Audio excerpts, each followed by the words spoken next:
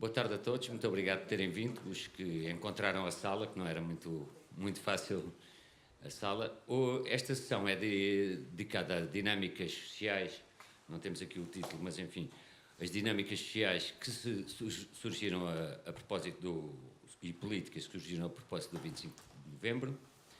Na Comissão recebemos uma série de propostas, todas muito interessantes, e entendemos fazer um painel próprio para este um bocadinho variado. Vamos ter desde a televisão até à República Popular da Almada, passando pela República Democrática da Almada, RDA, passando pela Igreja Católica e pela Educação, para não concentrarmos a análise do 25 de novembro apenas nas questões político-militares.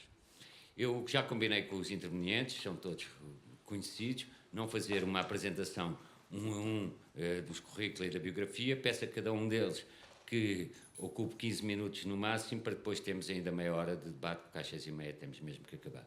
Começava então pelo Jacinto Godinho, faz favor.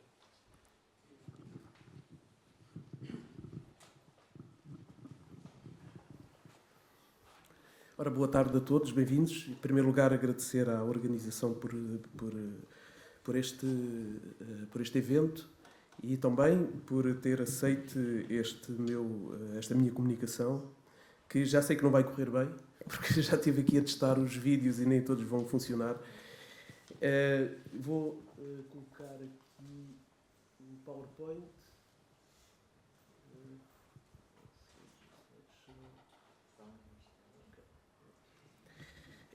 Esta comunicação, eu não tenho a pretensão de apresentar nenhuma tese inovadora, nem revelações inéditas sobre o 25 de novembro. O que pretendo é apresentar o caso RTP nesse dia e mostrar como os média foram, de forma indireta, protagonistas dos acontecimentos. A RTP foi um dos palcos do 25 de novembro em 3 locais, especialmente em 3 locais, não é? Nos estúdios do Lumiar, em Monsanto, ali muito próximo de outro dos sítios onde se passou o essencial dos acontecimentos, não é? A base aérea tomada pela Força de Comandos e os estúdios do Monte da Virgem no Porto. Não é?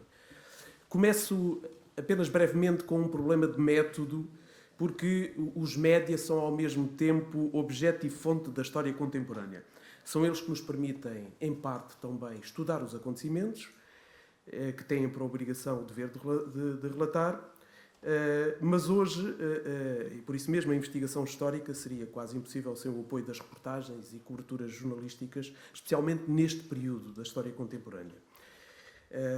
E ainda que cada órgão de comunicação ofereça uma visão parcial dos acontecimentos, por causa das ligações às vezes ideológicas, é possível cruzar várias fontes e narrativas usando aquilo que se poderia chamar o efeito Rashomon, ou seja, vendo e tendo em conta várias perspectivas, é possível de tentar chegar a uma perspectiva melhor. No entanto, durante o PREC e não só, os média, o chamado PREC, desempenharam 2 funções simultâneas e ambíguas. Foram informativos, mas também foram protagonistas. E tornaram-se alvos estratégicos da disputa do poder. E a RTP é o exemplo mais evidente dessa dupla condição, desta esquizofrenia. Foi quem nos deu a ver a Revolução, mas também foi um dos palcos onde a Revolução que se fez, e estas 2 dimensões, mediação e participação, são inseparáveis e tornam a análise particularmente complexa e particularmente difícil.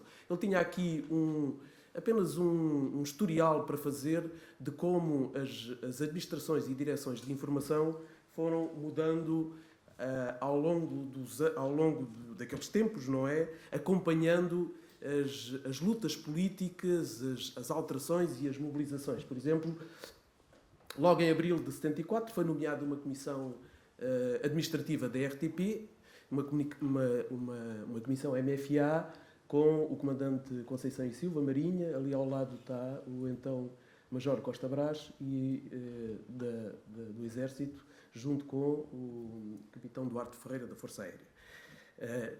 Depois da tomada do governo Palma Carlos, tomou posse uma administração civil única neste período, até 76, Manuel Belo. Logo a seguir, não é? Logo a seguir, em julho de 74, quando mudou o governo de Vasconcelos,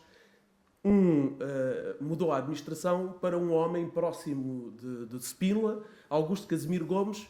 Entrou nessa altura Ramalhianos, depois de 25 de setembro entrou Ramalhianos como presidente do Conselho de Administração. Ramalhianos trouxe uma equipa militar. Essa equipa militar foi fundamental na história do 25 de novembro. Eu não vou adiantar, podia continuar. Aliás, podia continuar até o 25 de novembro e até hoje, com as mudanças, não vou fazer isso, mas essa equipa militar foi particularmente importante nesse período, no dia 25 de novembro, e eu já vos vou explicar porquê. De resto, há outra coisa que é importante tentar esclarecer, é que sempre que havia tumultos e mobilizações, eu penso que aconteceu com a RTP, não estudei o assunto, terá acontecido com outros órgãos, a RTP era defendida, eu digo defendida entre aspas, não é? Ou seja, era a força da EPAM que tinha ocupado as instalações do 25 de Abril, dirigia-se imediatamente para a RTP e fazia uma espécie de defesa colocando os soldados. Foi isso que aconteceu, por exemplo, no dia 29 de setembro, portanto, muito pouco tempo antes, 2 meses antes do 25 de Abril, precisamente logo a seguir ao assalto à Embaixada e à residência do Embaixador de Espanha, que aconteceu no dia 27 de setembro, aconteceu este vídeo penso que funciona.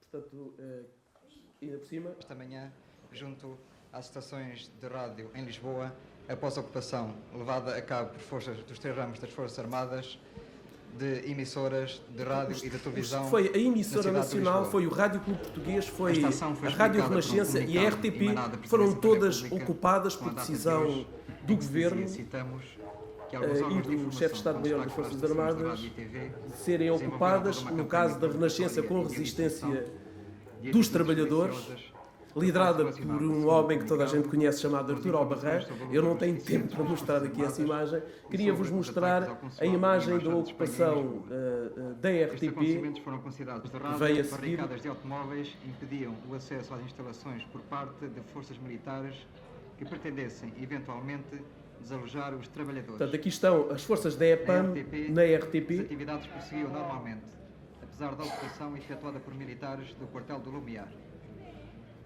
Aquilo que é, ao mesmo tempo... Ou seja, era uma prática que as instalações fossem ocupadas pelas forças militares, tal como aconteceu no dia 25 de novembro. Agora, aqui a questão está, porque alguma coisa mudou, há aqui qualquer coisa que é interessante de analisar.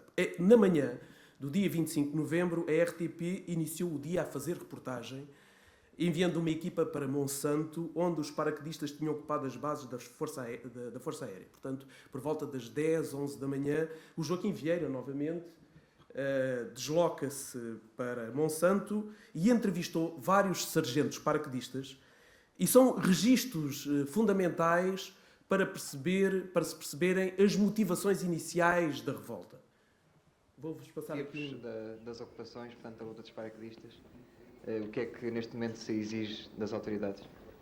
Portanto, dado que a luta dos paraquedistas se agudizou depois da destruição da Rádio Renascença, depois o chefe de Estado-Maior passou a esperar-se à disponibilidade essa que elas não aceitaram, mais tarde passou os sargentos, mandou-os para casa para depois serem transferidos para o Exército, e agora parece-lhe que quer cortar mesmo, nos quer cortar os vencimentos e os abastecimentos. Tudo isto veio criar um certo granel, que o chefe de Estado-Maior talvez não tenha pensado bem, é que a força que nós temos é bastante maior do que a caneta que ele tem. Portanto, a caneta do chefe de Estado-Maior não consegue de maneira alguma opor-se à força das nossas armas. Mas nós quisemos apenas mostrar-lhe que ele é que está errado. Portanto, agora vamos pretender que ele se demite e a demissão de todos os elementos do Conselho de Revolução da Força Aérea. Portanto, acho que fica bastante claro quais eram as motivações dos paraquedistas de manhã quando ocuparam as bases. Eram uma vontade reivindicativa de pedir a demissão do chefe de Estado-Maior da Força Aérea.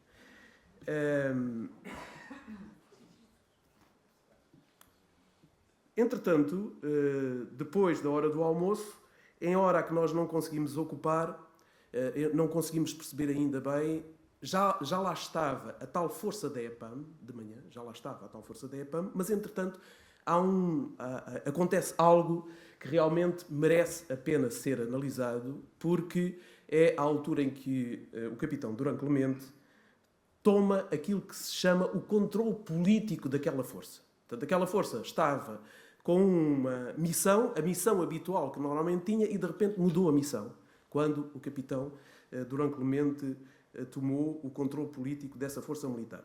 Durão Clemente era uma figura, obviamente, associada à ala esquerda do MFA, era conhecido do público desde junho, quando substituiu Vasco Lourenço como porta-voz das assembleias do MFA. Também é sintomático que o Vasco Lourenço tenha sido substituído pelo Durão Clemente, mas foi isso que aconteceu. E, portanto, quando chega às instalações, o Durão Clemente ordena a prisão de todos os elementos da equipa militar e do presidente da RTP que lá estava. Ficam ali detidos. Eu tinha aqui um excerto, aqui está o Durão Clemente na sua missão de porta-voz. Eu vou-vos passar aqui este excerto, não sei se tem muito tempo. Assume o controle político das forças da EPAM, que já ocupavam a RTP. Aquilo que é, ao mesmo tempo, um desafio e um teste às forças políticas mais radicais. O Durão Clemente passou por lá e perguntou: vocês estão a fazer, para onde é que vão? Vamos para o Palácio de Belém. Para o Palácio de Belém? Então quem é que vos mandou? Foi o capitão Canavilhas. E ele lembrou-se que eu estava lá dentro, foi ao meu gabinete, deu uma ordem de detenção com 2 soldados armados, levou-me para o gabinete do diretor de informação, onde já estava o Carleira, onde estava já o próprio presidente da RTP detido. Eu vi o que ele dizia que ia... Ok, pronto. Isto era um excerto do meu documentário. Ele deteve toda a gente da equipa militar que lá estava. O presidente Pedroso Marques, os vários elementos, o capitão Canavilhas, que era o elemento da equipa militar que estava em ligação com o Ramalhianos, de quem tinha, e fazia parte do golpe, e já agora, dentro do plano, o capitão Canavilhas tinha que assegurar um carro de exteriores para ir para Belém. Foi isso que aconteceu, aliás, quando foram libertados. Ele imediatamente acionou esse carro de exteriores que foi para Belém, e foi esse carro de exteriores que foi fazendo as transmissões em direto, as entrevistas, os comunicados do próprio Presidente da República, Costa Gomes, e todos os outros, entre os quais a célebre declaração de Melo Antunes, já no dia seguinte. Portanto, esta decisão de ocupar a RTP pelo Durão Clemente já não é apenas uma mera ação reivindicativa.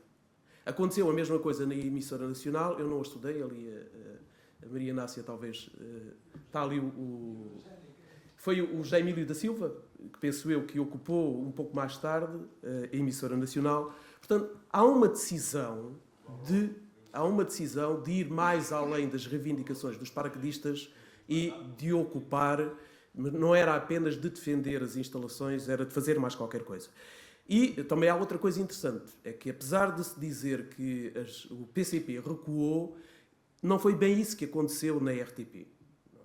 Vou-vos passar aqui um excerto muito interessante, que talvez interesse analisar melhor, de um depoimento do Luís Filipe Costa, nesse dia, que conta o que é que aconteceu na RTP nessa tarde, enquanto estava a decorrer a ocupação da RTP. Desculpa.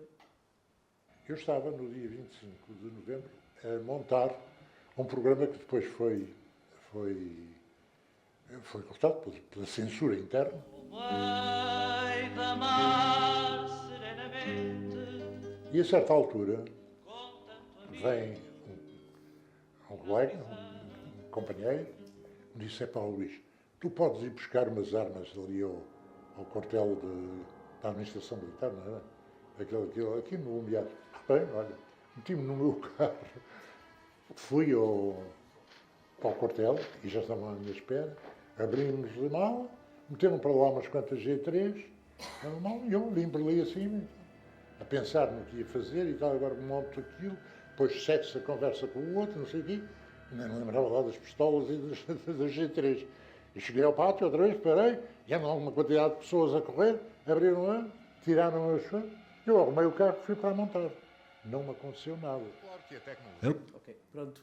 O Luís Filipe Costa foi buscar armas à EPAM, distribuiu-as pela RTP e, na verdade, os elementos da célula do PCP tiveram vamos lá ver, uma ação determinante naquilo que aconteceu. E o que aconteceu foi que, por volta das 16h45, dá-se início a uma missão revolucionária. Eu penso que, pronto, infelizmente não tenho aqui, não tem som, não sei se consegue ver enquanto eu vou falando, mas interrompe-se a telescola. Não, este é o caso da Nikkei. Interrompe-se a telescola e dá-se início a uma emissão revolucionária com o logotipo Poder Popular. E quem aparece em primeiro lugar são 2 sargentos paraquedistas, eu vou já acelerar, 2 sargentos paraquedistas que leiam um comunicado, mas que terminam com vivas à Revolução Socialista. E depois, obviamente, essa emissão continua até ser interrompida, até os comandos terem ocupado Monsanto e ter sido interrompida, assim, pela emissão da Nikkei. Infelizmente não tem som, mas isto está no meu documentário. Portanto, havia 2 televisões nesse dia. A norte, as pessoas estavam a ver, começaram a ver o início do filme, O Homem do Diners Club. A sul continuavam a ver a emissão porque houve um elemento da célula do PCP que enganou os ocupantes, ou seja, os comandos que tinham ocupado Monsanto enganou-os, portanto meteu lá numa televisão, eles estavam a ver o filme, até que de repente eles perceberam que estavam a ser enganados e é nessa altura que o Durão Clemente é interrompido e a emissão é cortada, a célebre história do apagão em direto. A emissão passa para o norte e continua, e é lá que continua durante a madrugada. Eu vou continuar a falar só para vocês verem aqui isto é um excerto da emissão já do dia 26 do norte, RTP, com o Fialho Gouveia, Porto, Rede Nacional de Emissores.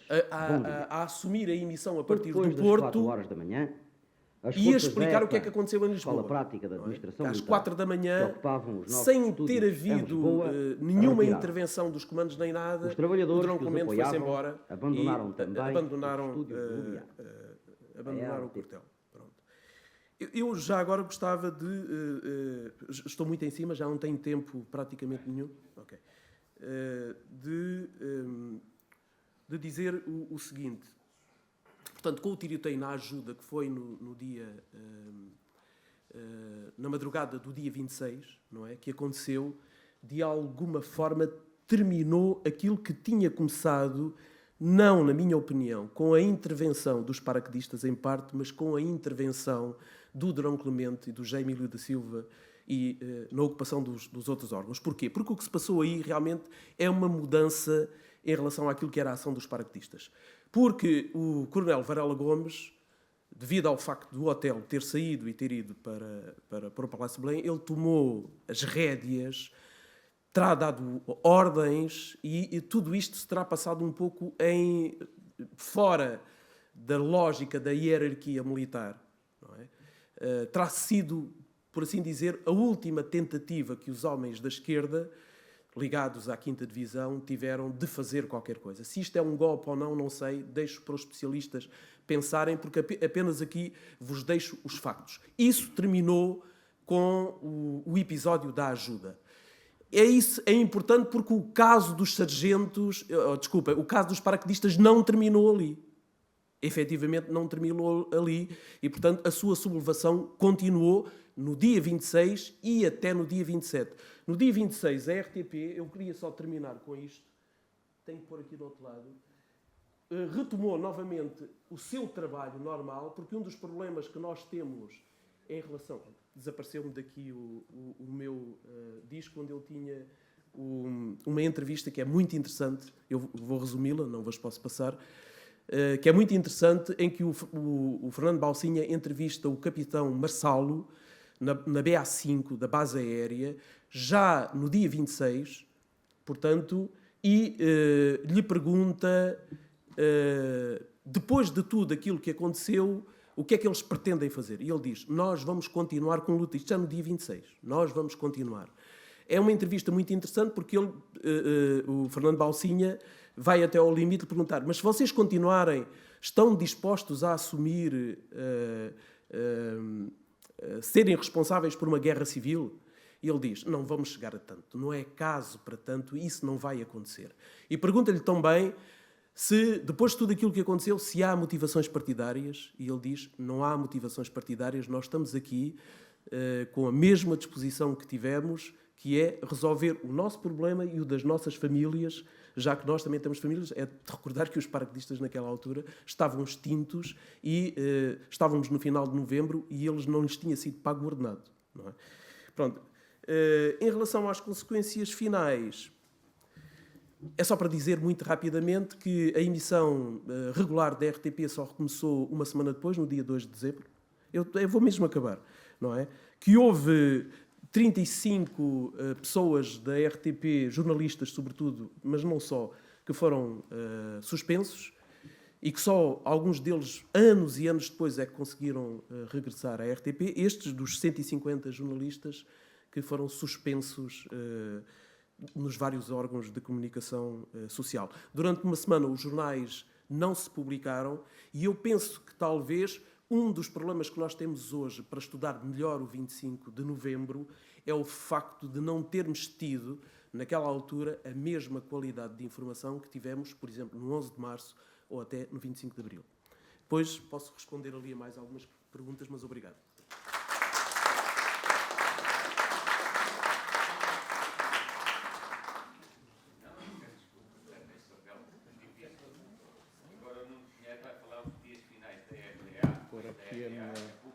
Democrática de Almada. Faz favor.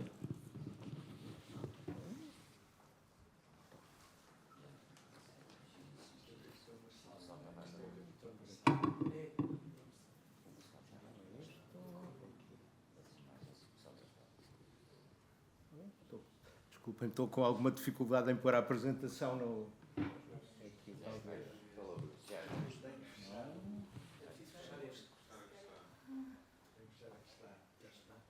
E agora...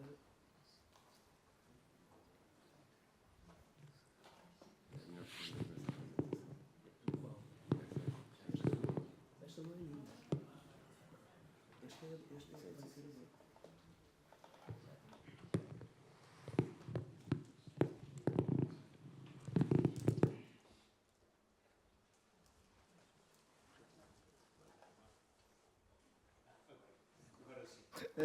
Obrigado. Eu quero, em primeiro lugar, marcar aqui o tempo.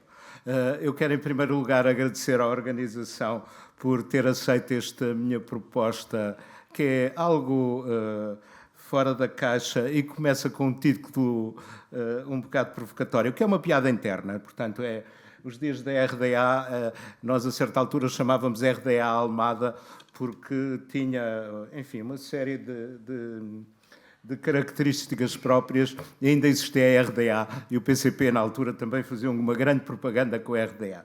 Em segundo lugar, quero agradecer a presença de todos, e em especial da professora Miriam Alperno Pereira, que também tem aceito propostas minhas relativamente diferentes, chamemos-lhe assim.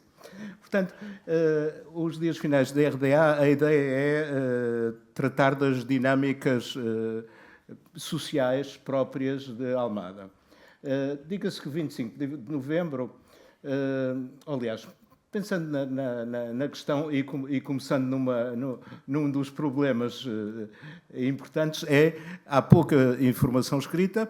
Os jornais deixaram de se publicar a 25 de novembro e só recomeçaram alguns dias depois, os estatizados bastante tempo depois, os privados logo a seguir, e, portanto, isto é um dos problemas, é a falta de fontes escritas. Neste momento existem imensos livros de memórias interessantíssimos, ainda não consegui, por exemplo, ler o do Coronel Vasco Lourenço, mas, pronto, é bastante interessante isso. Portanto, a possibilidade é o trabalho com a história oral e também era o tipo de dinâmicas que me interessava, que são dinâmicas que não por natureza, não aparecem nos jornais. Eu devo dizer que em Almada, como aliás se viu há bocadinho, há alguns acontecimentos que são decisivos a nível nacional e todo o processo do 25 de Abril ao 25 de Novembro é algo de importante em termos da história europeia. Portanto, estamos a falar não propriamente de pequenas coisas, ou de coisas que parecem pequenas não são assim tão pequenas. Eu tenho algumas inspirações para isto, portanto, penso na história oral, no Duby e no Dimanche à Bovine, portanto, a história de uma batalha e, portanto, uma história feita num tempo muito curto e tentando abranger vários aspectos da mesma questão e, sobretudo, tenho que trabalhar com a história oral e também com a falibilidade da memória, não é? A nossa memória atraiçoa-nos muito facilmente e em 50 anos de um assunto altamente debatido atraiçoa-nos ainda mais. Portanto, isto também é interessante porque Portugal tende a esquecer os conflitos internos. Tudo o que é conflito interno é, de certa maneira, arrumado debaixo do tapete e o 25 de Abril, sim, é razoavelmente unânime, neste momento já começo a achar que não é tanto, o 25 de Novembro é ainda um dos aspectos mais controversos e mais traumáticos da história de Portugal. Temos enormes dúvidas, enormes questões, que vimos também há bocadinho, um golpe de esquerda, um golpe de direita, um golpe moderado, o início da democracia, o fim da democracia, o fim da revolução, a contra-revolução, se tínhamos um golpe determinado por Moscovo, se um golpe da CIA. Portanto, temos uma enorme possibilidade, uma enorme variação de hipóteses que, pronto, não são propriamente o assunto, mas que não deixam de ter algum peso aqui. Há questões importantes, portanto, se há o golpe de direita, se há o golpe de esquerda, qual é o papel do PCP? Ainda há bocado tivemos a falar nisso, a posição das várias forças de esquerda, também falámos nisso, e para mim começa-me a interessar mais aqui, ainda não se falou, que é qual é a relação entre as organizações de poder popular e as unidades militares. E, finalmente, aquilo que eu vejo é que talvez houvesse e talvez se colocasse não tanto uma questão de golpe de Estado, mas uma possibilidade insurrecional, o que é uma coisa bastante diferente. E, por fim, contra quê e contra quem foi feito o 25 de novembro?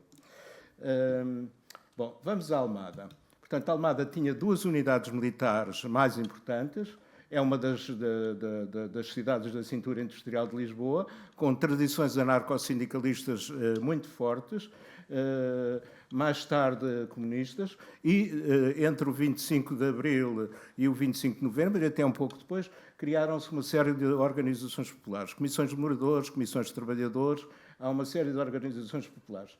Há movimentos grevistas em empresas, há movimentos grevistas em escolas, as escolas estiveram quase paralisadas logo a seguir ao 25 de Abril, e há também uma grande implantação do PCP e de forças à sua esquerda. Portanto, tudo isto é determinante. Há uma coisa que eu não pus aqui, que é, vou falar mais à frente, que é a ocupação do Seminário da Almada, que eu penso que é uma questão bastante importante no meio disto tudo. Portanto, que é uma ocupação pelos estudantes. Portanto, República Democrática da Almada é a alcunha, portanto, e que tem a ver com tudo isto, não é? E aqui é importante sublinhar que há uma disputa nos organismos de poder popular entre o PCP e a extrema-esquerda. E essa disputa passa por todo o lado, passa também pelas empresas e pelas escolas. Bom, há aqui alguns movimentos em que a Almada teve uma importância na história portuguesa, na tomada de Lisboa, o cerco de Lisboa em 1384, a revolta dos marinheiros, o Forte da Almada é fundamental, de 1936, a Batalha da Cova da Piedade, em 1833, que coisas que estão um bocado esquecidas na cidade, diga-se. E o bloqueio da Ponte 25 de Abril. Esta acrescentei 8, em que não me estava a lembrar, em 1995. Ou 4. Olha, agora estou na dúvida se não tenho um erro, que é 1994 e não 95. Bom, temos aqui, então, as unidades militares no espaço urbano. Aqui, roxo, é a base naval e todo o complexo da base naval, que é murado e tem uma muralha com cerca de 6 km. Aqui temos o Forte da Almada. E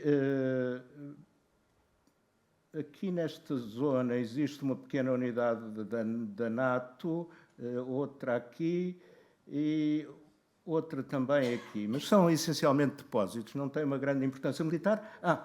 E sim, e tem alguma importância o presídio da Trafaria e o Forte da Trafaria, que foram importantes na questão do SUV, não é? Para onde as pessoas foram presas e houve uma manifestação com autocarros ocupados em Lisboa para ir para a Trafaria. Também foi neles. Eu também.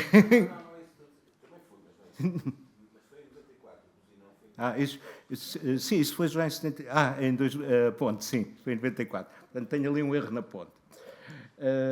Bom, Base Naval do Alfeite, isto é uma fotografia recente, portanto, como percebem, consegue-se ver a Base Naval do Alfeite de alguns sítios da Almada, consegue-se ver praticamente tudo o que lá está. Aquele navio, penso que será o Crioula.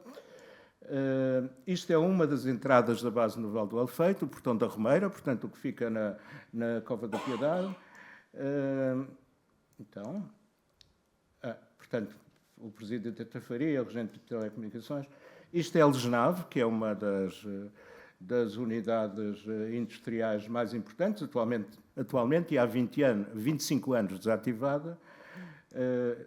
Aqui temos o sítio onde era uma das comissões de moradores, a Comissão de Moradores de Cacilhas, onde houve, por exemplo, sessões de alfabetização, e era uma comissão de moradores em que o PC tinha alguma dificuldade de dominar, não era particularmente dominada pelo PCP. Portanto, há algumas interações, especialmente dos estudantes com os militares, portanto, a ocupação e a desocupação do seminário em 74 e a ocupação e a gestão do liceu por militares na sequência da greve da primavera de 1975. Portanto, o Liceu da Almada chegou a ser gerido por militares, o comandante Pinheiro, que, aliás, eu sou amigo da família.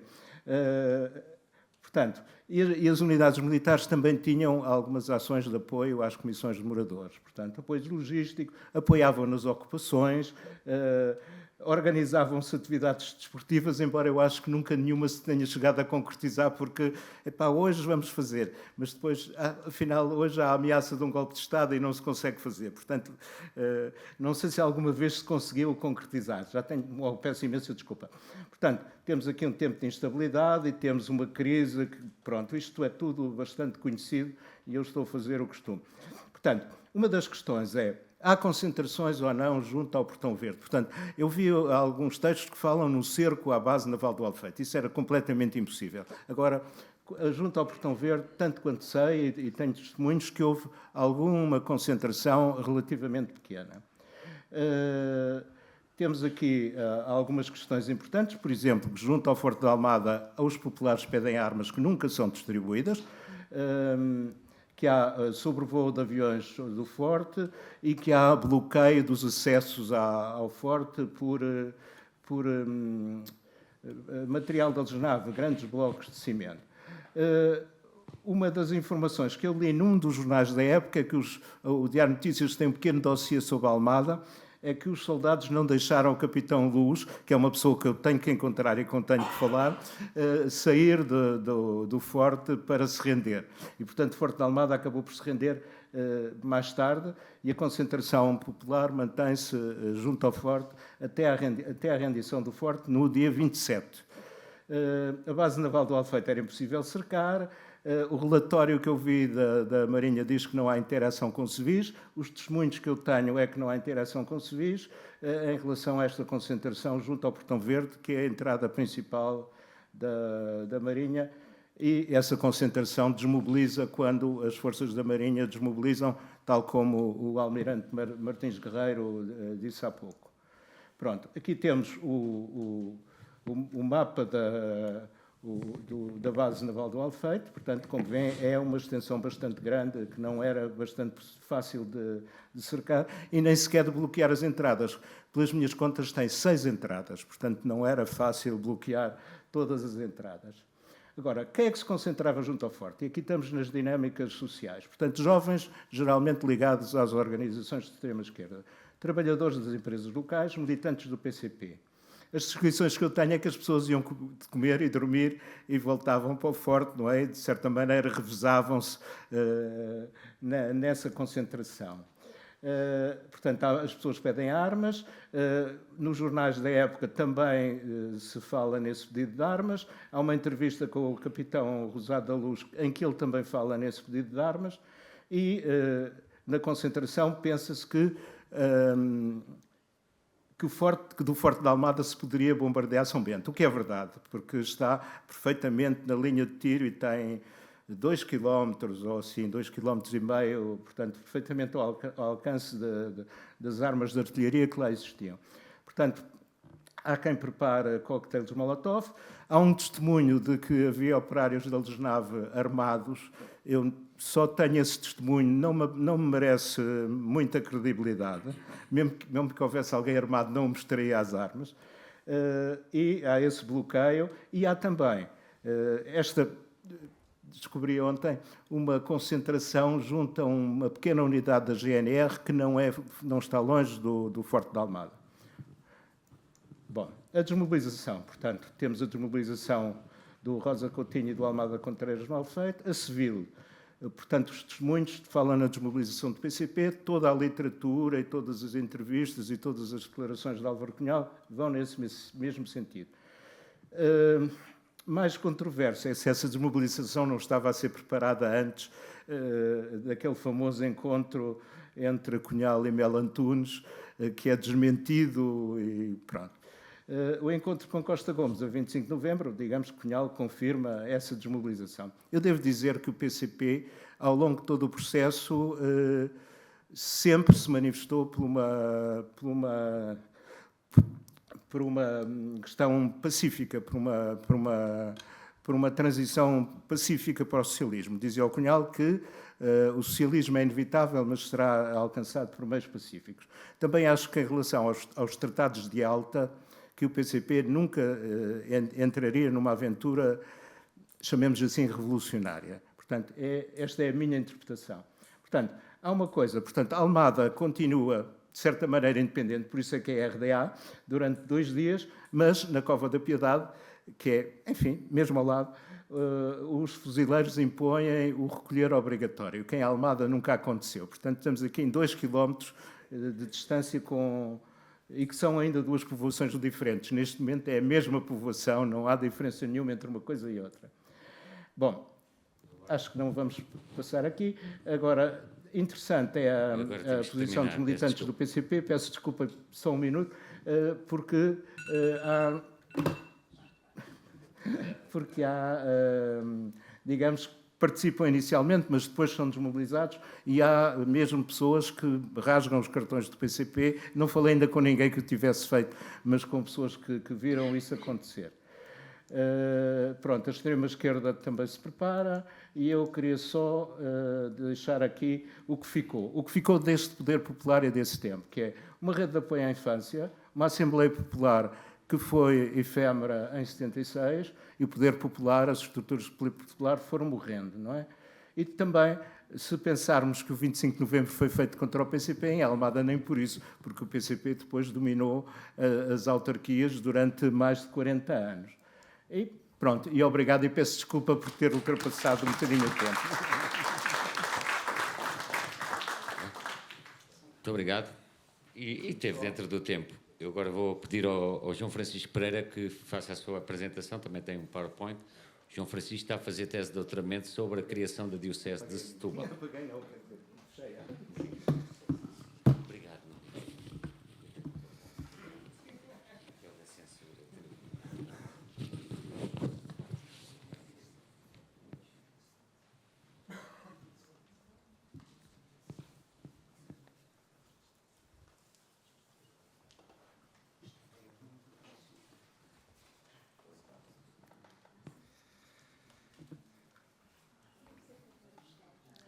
Então, antes de mais, boa tarde. Quero agradecer à organização ter aceito a comunicação e agradeço à organização na pessoa do moderador, o professor António Araújo, e, claro, saudar todos, particularmente os colegas de painel.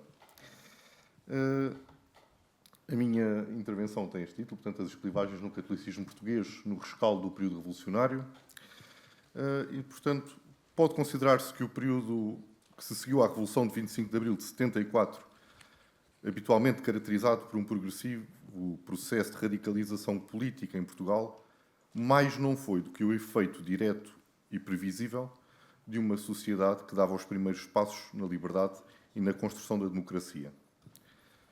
Tendo o MFA um programa levado a cabo tem um programa e levado a cabo a Revolução, talvez não fosse claro, como veio a ser mais tarde, que o caminho da sociedade portuguesa passaria pelo cumprimento do desígnio inicial daqueles que derrubaram o Estado Novo. Progressivamente, a sociedade portuguesa foi-se dividindo pelas várias opções e posicionamentos ideológicos, sendo que, em alguns casos, essa diversificação também deu origem a dinâmicas de oposição e afrontamento. Esta situação, que foi transversal a diversos segmentos sociais, também teve impacto no meio católico português. Deve referir-se que a diferenciação no catolicismo português não era propriamente uma novidade, dado que a vigência do Estado Novo foi acompanhada por situações mais ou menos mediáticas de fenómenos, é certo, localizados e minoritários, de afastamento, recusa ou oposição declarada.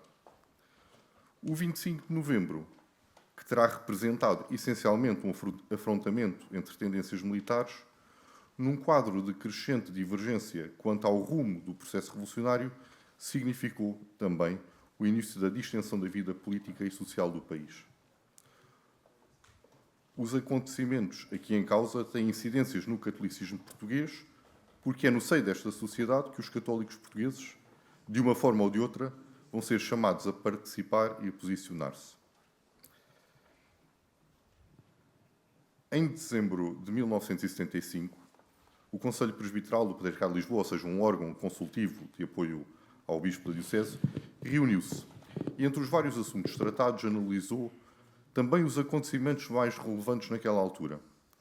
Nesse contexto foi elaborada uma circular, esta que tenho aqui, que tem várias páginas, aqui está a primeira, que se dirigia a todo o clero da Diocese, onde se procurava explicar, em traços largos, os principais acontecimentos do período revolucionário. O documento intitulado Breve Introdução à Reflexão sobre o atual momento da vida social e política portuguesa e as suas incidências na pastoral da Igreja, parece não ter sido enviado aos destinatários, uma vez que à margem tem a indicação não foi para o clero, portanto, como aqui aparece referido. Esta indicação pode ter várias leituras. Pode ter-se considerado que era prematuro fazer uma leitura dos acontecimentos, uma vez que é logo no mês a seguir, portanto, que é uma leitura possível e provável. Por outro lado, pode ter havido desacordo entre aqueles que elaboraram o documento, também é provável, porque o dito Conselho Presbiteral reunia várias sensibilidades entre a Diocese.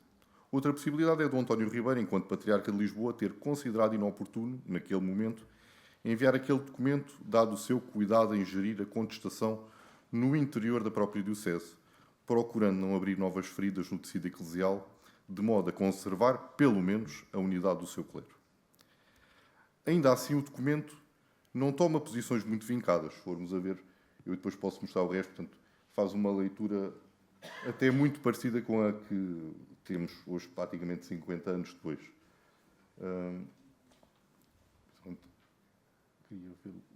Relativamente ao 25 de novembro, faz considerações muito elementares.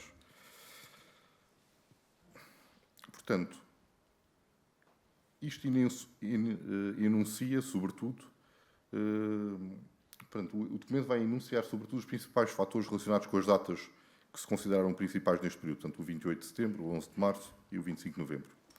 A circular não se limitou a uma leitura factual dos acontecimentos.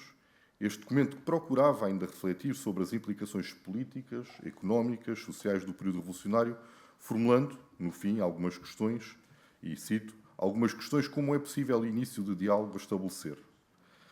Nesse sentido, pretendia-se abrir espaço para a discussão e para a participação ativa do clero na vida pública, evidenciando a preocupação da Igreja em interpretar o momento histórico e em oferecer pistas de ação pastoral ajustadas ao contexto.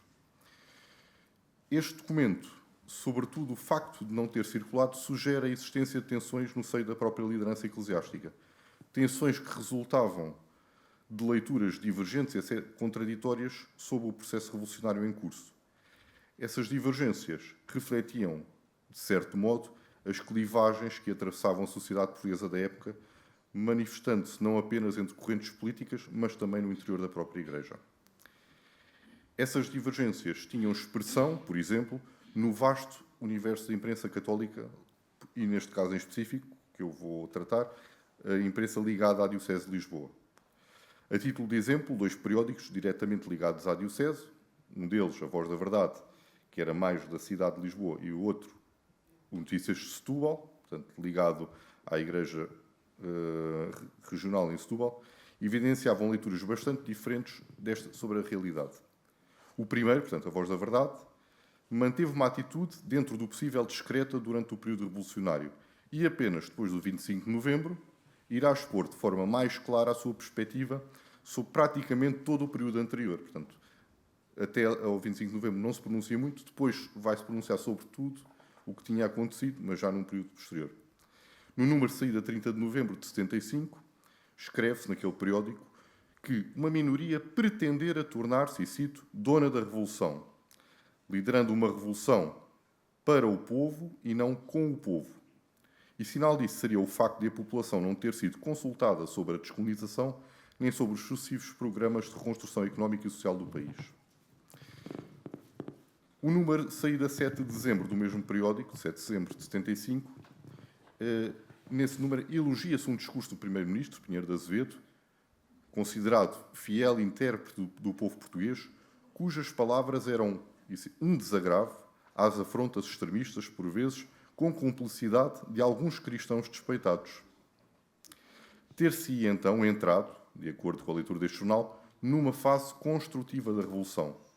É feita uma clara distinção entre Mário Soares e Álvaro Cunhal, enquanto protagonistas. O primeiro, cito, sabe o que o povo quer. Já o segundo seria considerado um estrangeiro. O ambiente sociopolítico começa então a clarificar-se e tornava também necessária uma clarificação de conceitos, nomeadamente o conceito de socialismo, que, na perspectiva do redator, pode ser entendido como sinónimo de comunismo, mas também de social-democracia.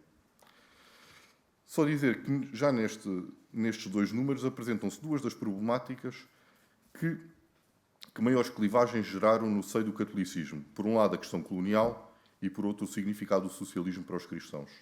Portanto, faço aqui este pequeno parênteses. Relativamente à questão colonial, não obstante a liberdade de expressão que a Revolução tinha permitido, a certo é que grande parte dos católicos portugueses não fez sentir publicamente as posições da Igreja no seu todo, portanto, da Igreja Universal, que já tinham sido há muito proclamados, nomeadamente sobre a independência das colónias. A este facto não será alheio que a descolonização significava o fim de ideia de império colonial que, associada à missionação, era um dos elementos estruturantes do nacionalismo católico que o Estado Novo impregnou nas sucessivas gerações. Simultaneamente, deve também referir-se que a questão colonial, sobretudo com o problema da guerra, também tinha sido um dos principais fatores da mobilização católica na oposição ao Estado Novo. Outra problemática do socialismo também tem as suas raízes na propaganda do Estado Novo, nomeadamente na associação feita entre socialismo e comunismo, que, por sua vez, se procurava encadear no perigo de reacender perseguições religiosas à semelhança do que tinha sucedido na sequência da proclamação da República, em 1910, ou das perseguições movidas contra as diferentes igrejas, nos países sob influência soviética. O apelo para o perigo de perseguições, o martírio, tinha uma funcionalidade aglutinadora e que pretendia reacender a resistência face ao perseguidor. Outro periódico, portanto, já tinha falado da Voz da Verdade e que eu quero aqui mencionar, é o Notícias de Setúbal, enquadra-se na imprensa local católica e é uma identidade, aliás, que este jornal, logo antes e depois do 25 de Abril, nunca recusou, nem esbateu e, aliás, foi sempre colocado em evidência. Este periódico tinha, antes do 25 de Abril, era conhecido pelos seus conflitos com a censura e, portanto, acolheu com entusiasmo a Revolução de 25 de Abril, portanto, não deixou para o fim para fazer o comentário foi comentando os vários acontecimentos conforme eles foram sucedendo e evidenciou também desde cedo a sua opção pelo socialismo, publicando inclusive artigos onde relacionava e conciliava cristianismo e marxismo. Durante o período revolucionário chega a publicar artigos onde se criticam antigos responsáveis municipais do Estado Novo que tentavam agora enquadrar-se na nova ordem política. Sendo um jornal fundamentalmente financiado pela Diocese de Lisboa, da qual a Península de Setúbal fez parte até 1975, o diretor do Notícias de Setúbal, o Dr. Mário da Silva Moura, assumiu uma atitude de questionamento do papel da Igreja Católica em Portugal antes da Revolução, preconizando que só em liberdade se poderia dar cumprimento à reforma da Igreja, de acordo com o Segundo Concílio do Vaticano. Depois do 25 de novembro, o jornal não muda de posição, referem-se os acontecimentos como uma clarificação do processo revolucionário e afirma, e cito, o povo quer a sociedade sem classes, justa, livre, digna, criativa. Por fim, afirma, não apoiamos a luta armada, desejamos a sociedade sem classes.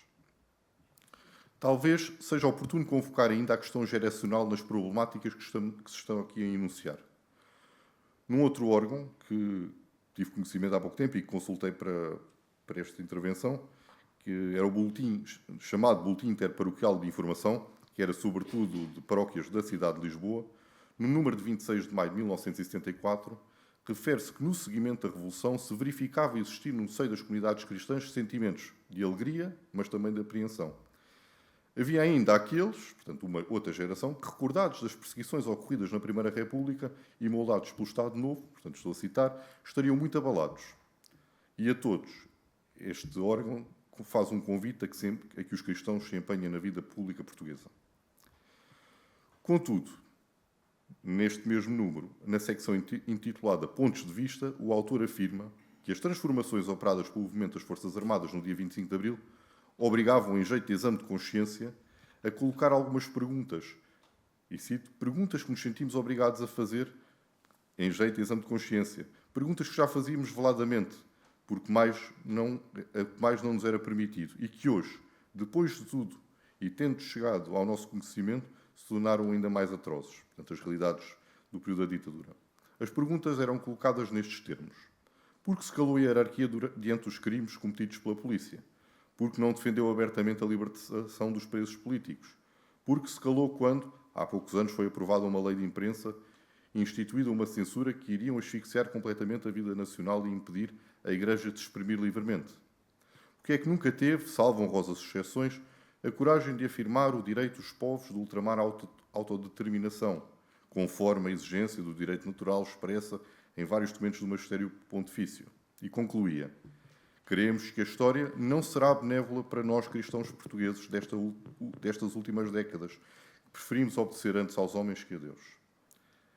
Apela-se que, naquela hora, os cristãos assumissem as suas responsabilidades, ainda considerassem a Igreja Portuguesa, na sua generalidade, mal preparada para o momento presente. No período revolucionário, foi recorrente a formação de vários grupos católicos que cultivaram esta atitude de questionamento do papel da Igreja no regime anterior e no tempo que estavam a viver. Chegou-se a desafiar, inclusive, alguns bispos e o núncio apostólico a resignar e criticavam, consideravam ser uma atitude intransigente da hierarquia face à nova situação político-social.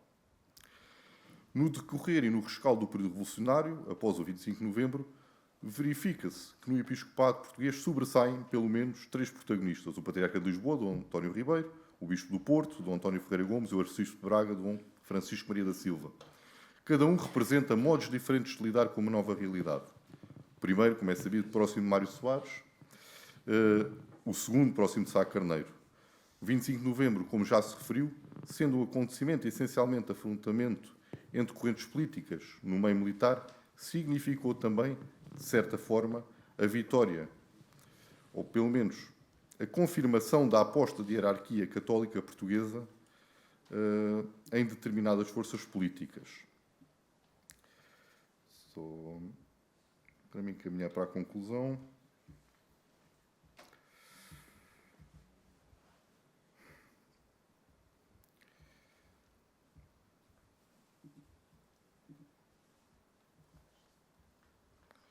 Agora.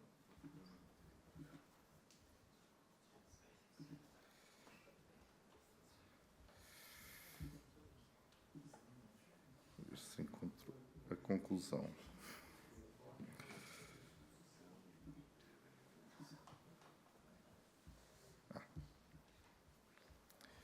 Portanto, procurando concluir, parece-me poder afirmar-se que as ações militares do 25 de novembro, em 1975, tiveram efetivos reflexos no seio do catolicismo. Os católicos, na sua generalidade, independentemente do seu posicionamento no espectro partidário, acataram a necessidade da estabilidade do regime democrático e favoreceram, à época, o reconhecimento da pluralidade das opções políticas, o que não atenuou a conflitualidade entre protagonistas no seio do catolicismo e nas atividades públicas. Ou seja, o desenvolvimento do processo revolucionário português, com os seus percalços e sobressaltos, favoreceu a pluralidade em vez de promover, por exemplo, um eventual acantonamento dos católicos no campo da direita mais extremada. Muito obrigado. E agora o professor António Teodoro.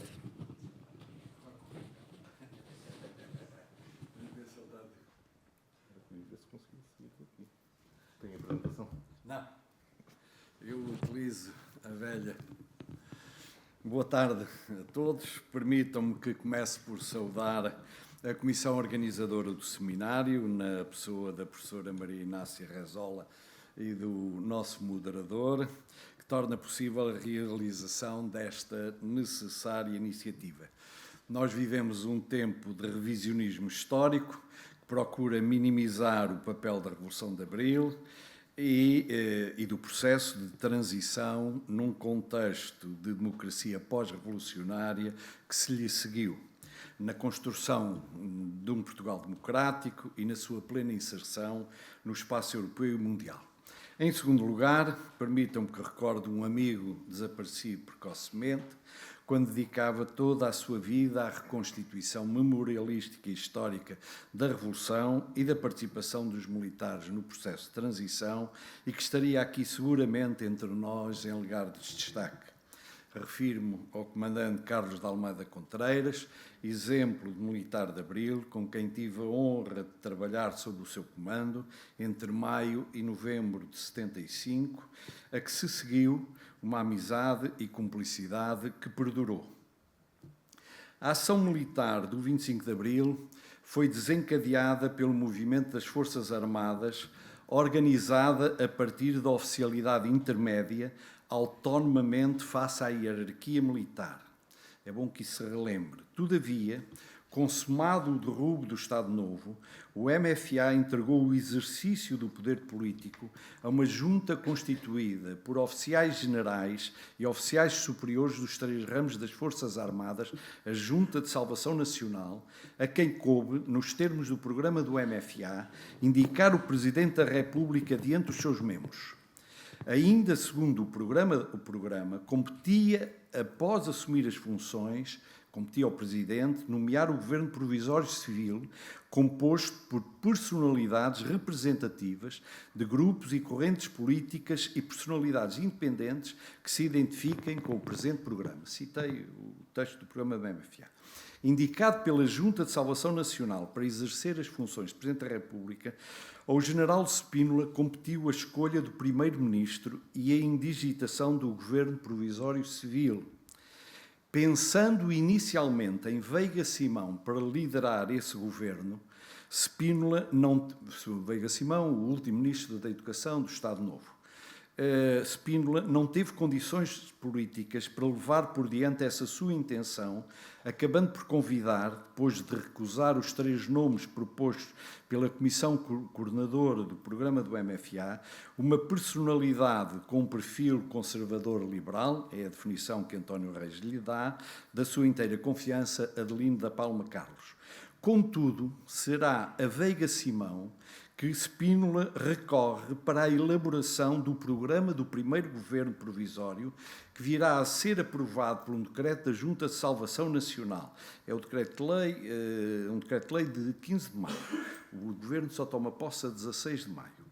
Para além da coautoria do programa do governo provisório, Veiga Simão vai procurar, no dizer de uns seus colaboradores próximos, que o que se tinha feito na educação não se perdesse, com a Revolução, desdobrando-se em contatos e convites para a equipa do Ministério da Educação.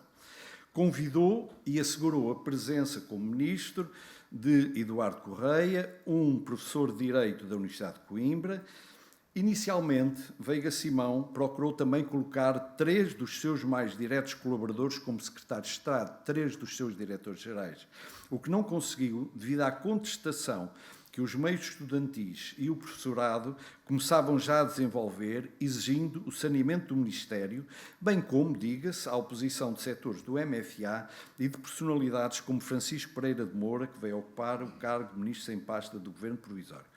Contudo, a Veiga Simão ainda se deveu à estrutura da equipa ministerial, com a criação da Secretaria de Estado da Reforma Educativa e a indicação de Prostes da Fonseca, do engenheiro Prostes da Fonseca, para a Secretaria de Estado da Administração Escolar. Era o anterior Diretor-Geral da Administração Escolar.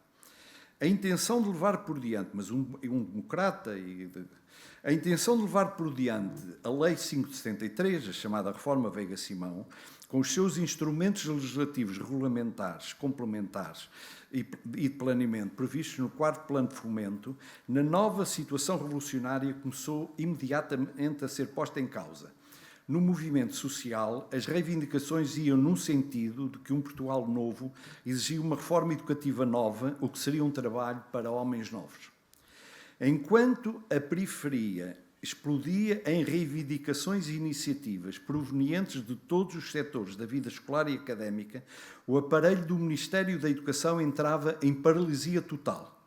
As manifestações atropelavam-se diariamente à porta do Ministério, perante a completa incapacidade do Ministro Eduardo Correia em definir uma orientação e traçar um rumo, ao mesmo tempo que manifestava uma acentuada propensão para ceder a todas as reivindicações que se expressassem de forma mais vigorosa. Embora tendo optado por manter inalterados os quadros dirigentes do Ministério, estes serão, toda a estrutura do Ministério da Educação, diretores-gerais, foi mantida intacta no primeiro governo provisório. Estes serão, em geral, mantidos à margem de todas as decisões. Na própria equipa ministerial, os secretários de Estado acabaram por pedir coletivamente admissão ao primeiro-ministro Adelino Palma Carlos, demarcando-se desse modo da política de cedências do ministro Eduardo Correia, nomeadamente quando às reivindicações quanto aos critérios de avaliação, na passagem administrativa de todos. Na sequência da crise, ou golpe que levou o seu nome, Adelino da Palma Carlos acaba por apresentar admissão. Para o seu lugar é indicado pela Comissão Coordenadora do MFA, com o apoio do General Costa Gomes e o Coronel Vasconcelos. Spínola opõe-se inicialmente, indicando outros militares, mas estes não aceitam, como é conhecido. A nomeação de Vasconcelos para chefiar o segundo governo provisório significou a intenção do MFA desempenhar um papel mais ativo na governação, tanto na frente interna como, sobretudo, no processo de descolonização, onde se verificava um enorme braço de ferro entre as posições federalistas de Spínola e o reconhecimento à autodeterminação dos territórios coloniais, como estava inicialmente previsto no programa do MFA. Para o segundo governo, António Spínola começou por convidar Prostes da Fonseca para Ministro da Educação, mas colocando uma condição, a saída de Avelange Nunes da Secretaria de Estado da Juventude e dos Desportos. Perante a não aceitação por parte de Prostes da Fonseca dessa condição, o processo de escolha do sucessor de Eduardo Correia foi já conduzido pelo primeiro-ministro indigitado, Vasconcelos, que pediu aos secretários de Estado que transitavam do primeiro governo provisório, com exceção de Orlando Carvalho, que saía do governo, que escolhessem um novo ministro. Depois de uma primeira sugestão, a de Joaquim Santos Simões, um membro do MDP de Braga, Braga ou Guimarães, recusada por Spínola, a escolha recaiu em Vitorino Magalhães Godinho, um prestigiado historiador e professor universitário, demitido de funções docentes pelo Estado Novo, que manteve na sua equipa os referidos secretários de Estado, Prostes da Fonseca, Maria de Lourdes Belchior e Avelange Nunes, e convidou para a nova Secretaria de Estado da Orientação Pedagógica, surgida em lugar da extinta Secretaria de Estado da Reforma Educativa, Rui Grácio. A composição da equipa do Ministério da Educação e Cultura gerou então um braço de ferro entre Spínola de um lado e Vasconcelos e Magalhães Godinho do outro, pois Spínola continuava a querer impor o afastamento de Avelange Nunes, porque, argumentava, este estava ligado aos comunistas. O projeto de transição que Magalhães Godinho pretendeu protagonizar não estava isento de contradições, que estarão, aliás, na base da sua demissão em novembro de 1974. Essas contradições vão se manifestar no campo específico da educação, na avaliação de algumas das inovações antes introduzidas no sistema educativo por Veiga Simão, tendo como pano de fundo a questão da expansão escolar e a democratização do acesso à educação, bem como as prioridades internas ao sistema educativo. Depois, no campo político, o projeto e a forma de agir de Magalhães Godinho exigiam um Estado forte e com uma direção única, nos antípodas do Estado dual que caracterizava fortemente esse período da vida nacional. A demissão de Magalhães Godinho verificou-se num contexto de progressivo agravamento da situação escolar, atingindo tanto o ensino secundário, particularmente os liceus, diga-se, eram particularmente os liceus, como o ensino universitário, particularmente as universidades de Lisboa e de Coimbra, confrontado com a impossibilidade de receber todos os alunos que terminavam o ensino secundário e atravessado por violentos conflitos entre organizações partidárias pelo controle das escolas, em especial, como eu disse há pouco, as universidades de Lisboa e Coimbra. A incapacidade do Ministério da Educação em garantir um funcionamento normal das atividades escolares começou a preocupar as instâncias do poder político-militar, sobretudo pelas consequências negativas de tal situação no desgaste da base social de apoio à Revolução. Perante as dificuldades em encontrar uma personalidade civil consensual para o Ministério da Educação, Vasconcelos e a Comissão Coordenadora do MFA decidiram-se pela atribuição da pasta a um militar, o que, por sugestão do Hotel Saraiva de Carvalho, veio a recair no Tenente-Coronel Rodrigues de Carvalho. Com esta decisão, procurava-se, através de um ministro militar, fazer convergir as duas legitimidades, a revolucionária do MFA e a político-administrativa do governo, acreditando-se que, desse modo, estaria facilitada a relação com os movimentos estudantis mais radicais e com as próprias Forças Armadas, sempre que se tornasse necessário que estas interviessem para reporem a legalidade através do seu comando próprio, o COPCO.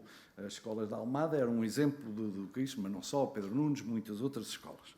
E é no contexto da aceleração na caminhada que, após a remodelação governamental subsequente ao 11 de março de 1975, se verifica a substituição do apagado Tenente-Coronel Rodrigues de Carvalho pelo Major José Emílio da Silva, há pouco referido aqui numa das comunicações anteriores, indigitado à época para presidente do Conselho de Administração da RTP, que não tomou posse, e que no seio do MFA integrava a chamada esquerda militar. A derrota da esquerda militar no seio das estruturas do MFA em agosto de 75 teve como consequência imediata no plano governativo a queda do 5º governo provisório e a constituição de um novo governo, obedecendo a critérios bem distintos, uma distribuição de ministros de acordo com a representatividade eleitoral das eleições de abril de 75. Embora o 6º governo provisório tenha mantido o Ministério da Educação sob a influência dominante do MFA, verificaram-se importantes alterações na composição política dos seus titulares. A um ministro e a um secretário de Estado da Administração Escolar, pertencentes à chamada esquerda militar, Major José Emílio da Silva e Capitão Fonseca Almeida, sucedem nos mesmos cargos 2 outros militares, pertencentes ao chamado Grupo dos 9, a corrente vencedora da crise do MFA, Major Vítor Alves e Comandante Mário da Guiar. Quanto às outras secretarias de Estado, verificou-se a substituição de Avelange Nunes, anteriormente indicado pelo PCP, por António Brotas, indicado pelo PS, na Secretaria de Estado do Ensino Superior e Investigação Científica. O preenchimento do lugar de Rui Grácio, indicado inicialmente pelo PS, mas que se afastara da orientação imprimida pela liderança de Mário Soares, na Secretaria de Estado de Orientação Pedagógica, por Bartolo Paiva Campos, independente à época, mas que mais tarde vai a ter um papel de relevo no PRD, o Partido dos Generalianos. e a permanência de Silva Graça, indicado pelo PCP, na Secretaria de Estado dos Desportos e Ação Social Escolar. A forma como Vítor Alves foi convidado para titular da pasta de Educação no 6º Governo Provisório constitui um episódio político delicioso e característico deste período. Cito o Major Vítor Alves, ou então, à altura, Major Vítor. No dia para a posse do 6º Governo Provisório, eu tinha ido à Presidência da República para receber uma missão, que era a de ir a Timor resolver os problemas relacionados com a descolonização de Timor. Tinha tudo previsto para partir no dia seguinte. Já tinha até o bilhete de avião na minha mão e ia receber as últimas instruções do Presidente da República. Quando entro no seu gabinete, estava com o Presidente da República, o Almirante Pinheiro de Azevedo, que era o indigitado Primeiro-Ministro. Sento-me num sofá e eles dois sentaram-se em cadeiras à minha frente e põem-me o seguinte problema. Vítor Alves, você tem que ser Ministro da Educação, porque os partidos não querem apresentar ninguém para a educação. Isto é o que me é dito para a entrevista, mas em linguagem, o Almirante Pinheiro de Azevedo, e termino, diz por isso simplesmente, vocês é que são responsáveis desta merda toda, agora resolvam isto, ficas tu Ministro e acabou-se, pá. As alterações verificadas ao nível dos titulares políticos se representam um conjunto de rupturas a nível pessoal, conduziram a uma desaceleração no setor, onde, o Rui Grácio diz isto, onde um capitão de Abril ainda parece cobrir a retirada e querer, suponho, evitar o pior. Sujeito a uma enorme pressão do PS e dos partidos à sua direita e olhado com extrema desconfiança pelo PCP e pelas organizações de extrema-esquerda, Vítor Alves procurou orientar a sua ação no Ministério da Educação em torno do que o próprio designa, numa linguagem militar, de 3 missões: estabilizar, organizar e desenvolver o possível. Tendo realizado poucas mudanças ao nível dos quadros dirigentes do Ministério, com exceção significativa do setor do ensino superior, Mário Soares impôs como condição o afastamento de todos os comunistas da área do ensino superior, o 6º Governo Provisório assumiu na educação, como possivelmente em outros campos políticos, o estatuto de um governo de transição. A afirmação é de Rui Grácio, a que referi, mantendo no essencial as orientações e reformas delineadas em anteriores governos, como foi o caso paradigmático do lançamento do ensino secundário unificado, mas não iniciando novos processos nem estabelecendo novas orientações. Salvo no campo da educação de adultos e do combate ao analfabetismo, onde procedeu uma revisão completa das orientações até aí seguidas, sobretudo pelo 4º e 5º Governo, com a ida para a Direção-Geral de Educação Permanente, do Alberto Melo, um nome suficientemente conhecido no trabalho do desenvolvimento local. Múltiplos podem ser os balanços deste período de transição numa democracia pós-revolucionária, utilizando a categoria de Fishman. No plano da historiografia da educação, permanece consensual o balanço apresentado por Rui Grácio e Stefan Stoer.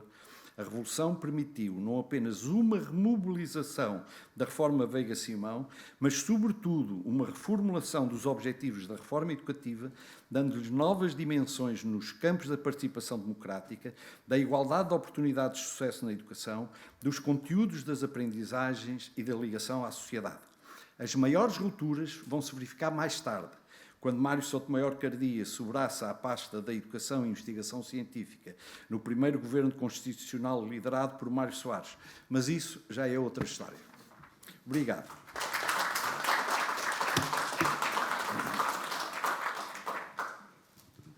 Temos ainda um curto período de debate ou perguntas. Quem quiser formular alguma pergunta, pedia que fosse mesmo sintético, porque temos quarto de hora.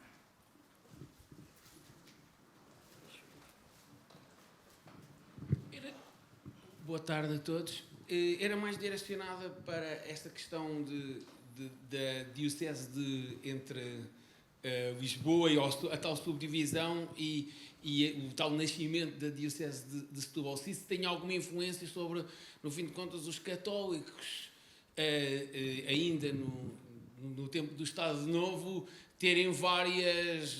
Pronto, aqueles que estavam na oposição também uns estarem mais próximos da esquerda e outros mais próximos da direita, e na Diocese de Lisboa depois possa ter havido alguma subdivisão. Ou se foi outra coisa, isto é só um desconhecimento da minha parte.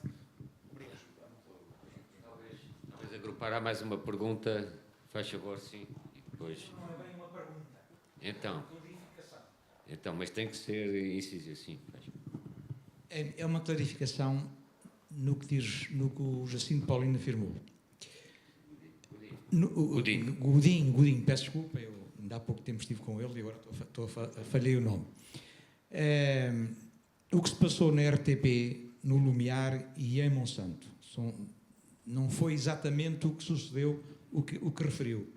No Lumiar, os militares foram presos pelo Durão Clemente, especialmente o capitão Canavilhas, que era o chefe das equipas de exteriores. Ele, por ordem do tenente-coronel Lianes, a meio da tarde, mandou para Belém um carro de exteriores. E como é que mandou e como é que foi tão fácil? Porque o carro de exteriores estava dentro do estádio José Alvalade, dentro do Sporting. Não foram as equipas. Quando ele tentou mandar as equipas, foi preso pelo Durão Clemente. Foi aí que ele foi preso, mas já o carro tinha saído.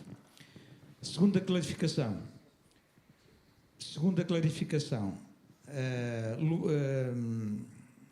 Antenas da RTP.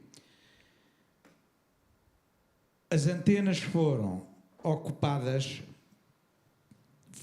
O capitão Coutinho é que fez a mudança da emissão que estava a ser feita em Monsanto. Foi mandado pelo tenente-coronel Lianes, também na Amadora, para ir substituir a emissão que estava a sair em Monsanto. E foi ele que foi lá, levado pelos comandos do Jaime Neves, e não foi tão fácil fazer essa mudança como afirmou. Foi complicado e só com uma espingarda apontada ao operador que estava lá é que ele disse: atenção, se é assim, eu faço tudo. É só isto.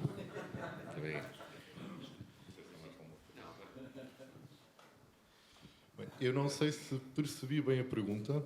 Ainda há outra, mas vou já respondendo, depois pode-se fazer outra pergunta.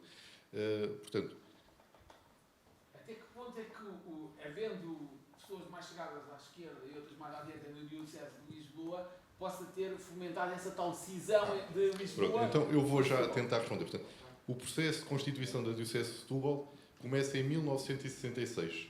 Portanto, é um processo que atravessa o fim do salazarismo, atravessa todo o marxismo, e depois ela é criada em julho de 75, portanto, em pleno verão quente. Depois o primeiro bispo entra em 26 de outubro de 75, portanto, um mês antes destes acontecimentos, portanto, nesta ambiência. Mas, portanto, não é isso que leva depois à divisão. Aliás, é um processo... Não é só a Diocese de Setúbal que é criada no mesmo dia, portanto, é Setúbal e Santarém, que fazemos duas partes da Diocese de Lisboa, que até 1965 vinha desde Tomar até ao Rio Sado. Uma diocese enorme, portanto, julgo que ficou claro. Havia mais uma pergunta?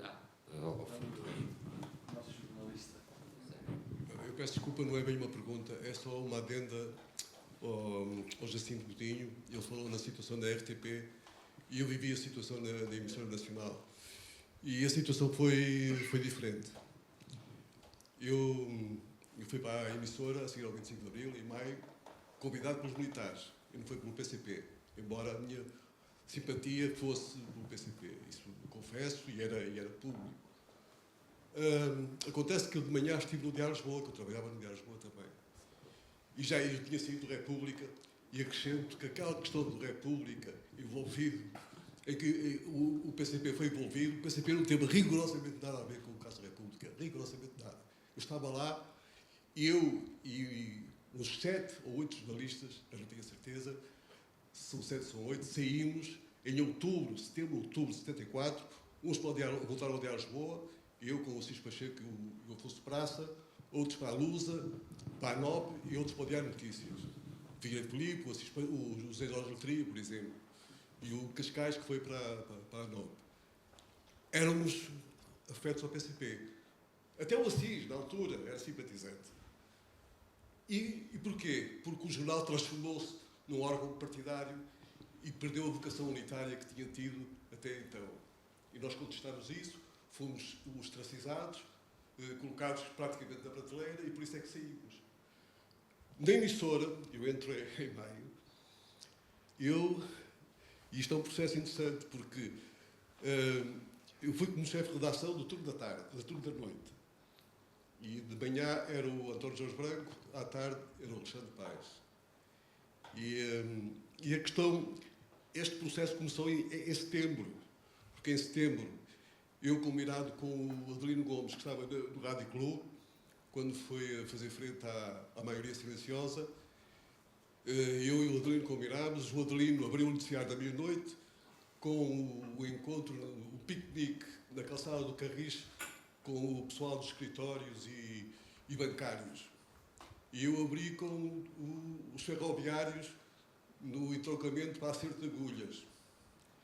Isso significou que, nessa noite, às 2 da manhã, o ministro Seixas Osório, com o comandante da PSP de Lisboa, Casanova Ferreira, com 3 polícias armados de metralhadoras, entraram na emissora, e eu estava com o João Paulo Guerra e com o comandante da Marinha, que era o responsável da administração pela parte informativa, e fomos para uma cena e ameaçados,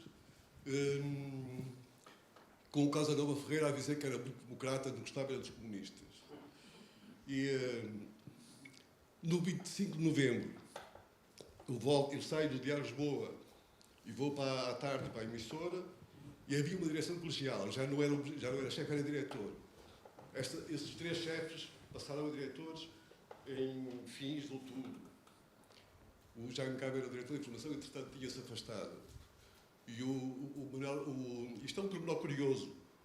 O Manuel Alegre, que era diretor de programas, saiu a seguir ao 28 de setembro, porque estava fora do esquema do Spínola, ou melhor, se calhar estava dentro. O que é certo é que no dia seguinte ele vai à emissora ler um comunicado solidário com o Spínola a dizer que ele quer o garante da democracia.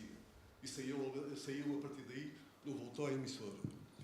Mas esta questão do 25 de novembro é o seguinte: eu saio do Diário de Lisboa, vou para a emissora e nenhum dos outros diretores estava.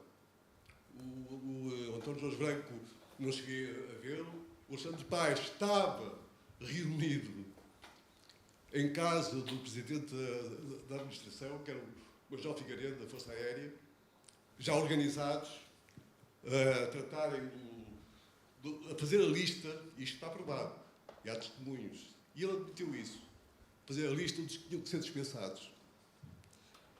E eu ia, e fui, e controlei os noticiários até à meia-noite, mas sob a orientação de Belém. Era essa a indicação que eu tinha, e já o Diário de Lisboa, naquele dia, no jornal, tinha essa preocupação. Era evitar confrontos, evitar um banho de sangue, evitar um conflito entre militares e a população. E eu segui essa orientação. Eu estava sob a orientação de Belém. Agora, havia a direção de programas que eu não controlava. E o meu processo teve centenas de páginas. E quando fui afastado imediatamente a seguir, e depois, quando fui confrontado pelo juiz, e foi a primeira vez que eu soube disso, então eu era responsável por toda a comunicação que tinha acontecido na emissora naquela tarde e noite. Ora, eu não controlava a programação, e então houve setores que não eram do BCP, que havia as folhas azuis que eram da programação e as verdes que eram da informação. As verdes estavam rubricadas por mim, todas. As azuis não tinham a minha rúbrica, eram de outros responsáveis, que iam às cabines e ler proclamações, classe operária, poder proletário, ir para a rua, e eu nem só me apercebi mais tarde, e depois quando vi o meu processo. Portanto, quando se diz que o PCP, eu pelo menos, eu tinha essa orientação, moderação, respeitar, orientação de Belém. Se diz que ainda à tarde, e eu ouvi isto há pouco na outra sala, que o PCP ainda estava hesitante, sabia de desistir, sabia de avançar. Eu tinha essa responsabilidade na rádio principal e fui mais tarde, 5 anos depois, o meu processo durou 5 anos, eu fui absolvido pelo Supremo Tribunal Administrativo porque provou-se que a informação de que eu era responsável era nesse sentido. E a outra, eu não tinha nada a ver com isso. Mas o que eu quero, no fundo, concluir é o seguinte. O Sousa Castro diz que foi um ajuste de contas entre militares. Não foi só entre militares. Foram mais de 100, os 140 jornalistas e trabalhadores de comunicação que foram afastados. E não estavam envolvidos em golpe nenhum. Alguns alinharam, alguns terão feito essas comunicações, mas, portanto, quando se diz que isto foi uma questão, para já, um golpe, uma tentativa de golpe, não me parece correto. Eu tive essa experiência concreta. E segundo, foi um ajuste de contas, porque o objetivo, essa tal lista que na emissora foi feita, nesse próprio dia 25 de novembro, para umas dezenas, alguns que nem tinham nada a ver com a parte de informação, que eram simples ou motoristas ou funcionários da técnica. Portanto, havia uma lista já preparada para afastar esses trabalhadores porque não eram de confiança. Muito obrigado. Aliás, eu tive um problema com o José. Mas isso no fundo é isto. A questão é uma questão muito mais sensível e muito mais profunda, muito mais vasta. Não foi. O Sousa Castro tem razão com um ajuste de contas entre militares, mas não havia só isso. Muito obrigado. Muito obrigado. O que se passou depois, peço desculpa ter. Mas eu tinha que contar isto porque há muita especulação sobre o que se passou nessa altura. Muito obrigado. Há mais alguma questão? Não havendo mais questão, podemos dar por encerrada a sessão e agora... o Jacinto. Eu gostava só de comentar, não tenho nada a acrescentar ao que o Eugénio disse, obviamente. Eu apenas relatei aqui aquilo que aconteceu na RTP. Aquilo que aconteceu na RTP foi um pouco diferente, não é? Ou seja, como nós vimos, tem-se discutido muito quem é que deu a ordem para os paraquedistas avançarem. Mas não se tem discutido muito quem é que deu a ordem para que o Durão Clemente e o José Emílio da Silva, o Major José Emílio da Silva, tivesse avançado, porque avançaram um para a RTP, o outro para a emissora nacional, e se calhar dentro daquilo que foi o 25 de novembro, que foram a ocupação das bases pelos paraquedistas, o que aconteceu de diferente realmente foi aquilo que aconteceu na RTP. Eu não posso dizer que tivesse sido uma ocupação, não sei o que é que foi decidido ali, não é? Porque efetivamente a EPAM normalmente fazia a defesa, não sei, eu sei, por exemplo, que os civis cá em baixo, enquanto estava a decorrer a emissão do Durão Clemente, eles bloquearam a estrada, não é? Com autocarros e tudo, a estrada foi bloqueada, foram distribuídas armas. O João Severino, por exemplo, foi o único dos que saneados da RTP que não voltou a ser reintegrado. Ele teve alguma responsabilidade naquilo que o Luís Filipe Costa ali acabou de contar. Eu não percebi qual foi realmente a intenção com aquela emissão revolucionária, não é? Mas houve realmente uma intenção. Eu acho que não foi um golpe, porque não houve planeamento absolutamente nenhum. Aliás, já agora, muito brevemente, eu conto que, enquanto estava a fazer o documentário sobre a gravação da Assembleia Selvagem, durante vários meses, trabalhei lado a lado com o Almada Contreiras, o comandante Almada Contreiras, e com o coronel Vasco Lourenço. E as conversas acabavam sempre no 25 de novembro. Sempre o Vasco Lourenço sempre a tentar defender a tese do golpe do PCP, agora já mudou um pouco, não é? E o Almada Contreiras muito serenamente a dizer assim, há aí uma questão de horas, tens que ver. Ou seja, para ele realmente aconteceu algo entre o momento em que os paraquedistas decidiram agir e o momento em que a RTP foi ocupada. E talvez o Durão Clemente está aí amanhã possa esclarecer um pouco melhor qual era a intenção dele, não é? O que é certo é que eles tomaram a RTP, prenderam a equipa militar, distribuíram armas, fizeram uma emissão revolucionária. Efetivamente, o capitão Canavilhas tinha essa missão de enviar o carro. Ele a mim contou-me que eles, afinal, acabaram por ser libertados por volta do meio da tarde, ainda estava a decorrer.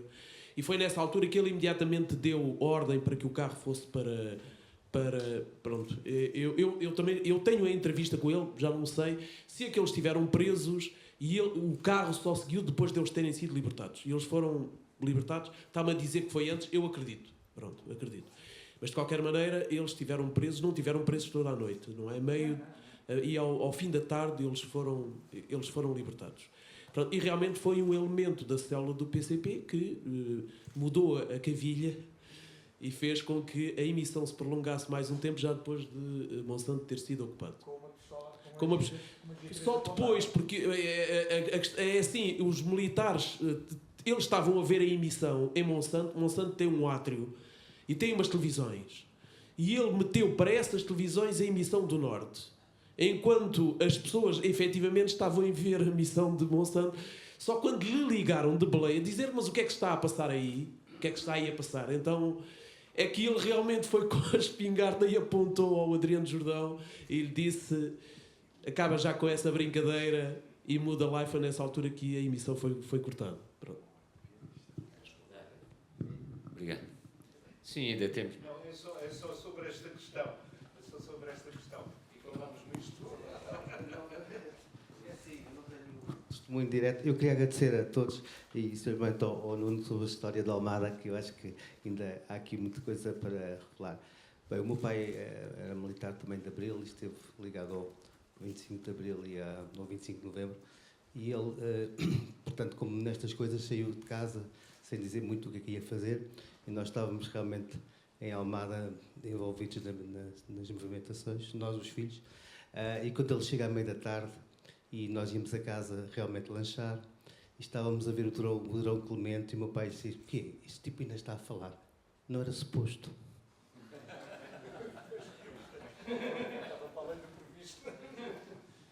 Muito obrigado a todos. Agora já podemos então encerrar. Se houver alguma questão, também estão aqui, os oradores estão disponíveis. Muito obrigado a todos por esta sessão.